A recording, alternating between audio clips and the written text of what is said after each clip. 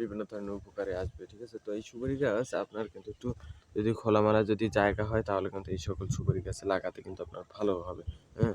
তো যারাই মূলত আপনারা এই সকল সুপারি গাছ লাগাবেন কিনা, হ্যাঁ?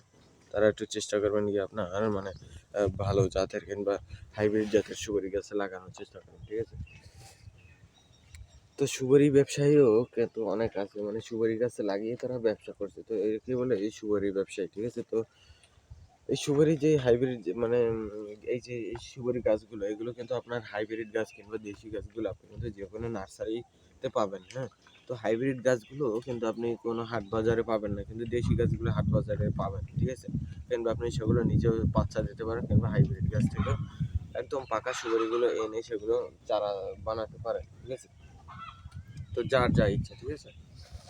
তো মূলত এই সুপারি গাছটা কিন্তু আপনার হচ্ছে গিয়ে দেশি সুপারি গাছ, আর এই সুপারি গাছটা কিন্তু সুপারি হয় না, একসময় কিন্তু হতো, এখন হয় না।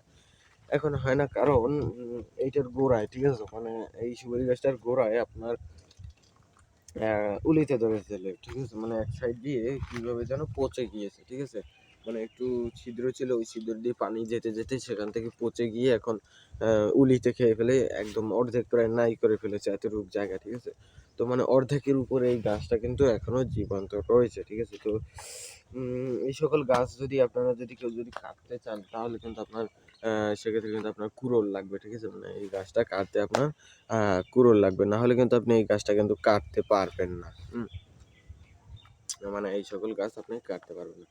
তো যারা এই সকল গাছ কাটতে চান তাহলে তাদের কিন্তু মানে একটু খোলামেলা জায়গার দরকার হবে, মানে একদম পরিষ্কার জায়গার দরকার হবে, হ্যাঁ?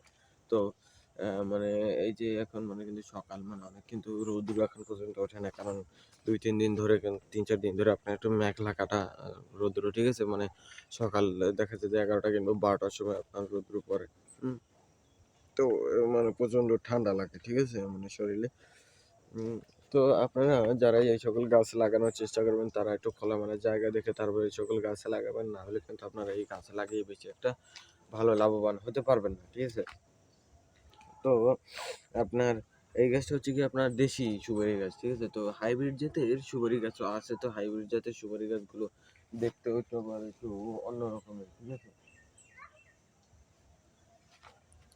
মানে হাইব্রিড জাতের যে সুপারি গাছগুলো এগুলো দেখতেও একটু অন্য রকমের দেখায়, ঠিক আছে? তো যারাই মূলত আপনারা হাইব্রিড জাতের সুপারি গাছগুলো লাগাবেন তারা একটু ভালো মতন দেখে শুনে তারপর লাগাবেন, ঠিক আছে? কারণ হাইব্রিড জাতের সুপারি গাছগুলো কিন্তু আপনার সহজে পাওয়া যায় না, হ্যাঁ? কারণ হাইব্রিড জাতের সুপারি গাছগুলো আপনার সহজে পাওয়া যায় না। হাইব্রিড জাতের সুপারি গাছগুলো কিনতে হলে কিন্তু আপনার অনেক দূরে দূরে যেতে হবে,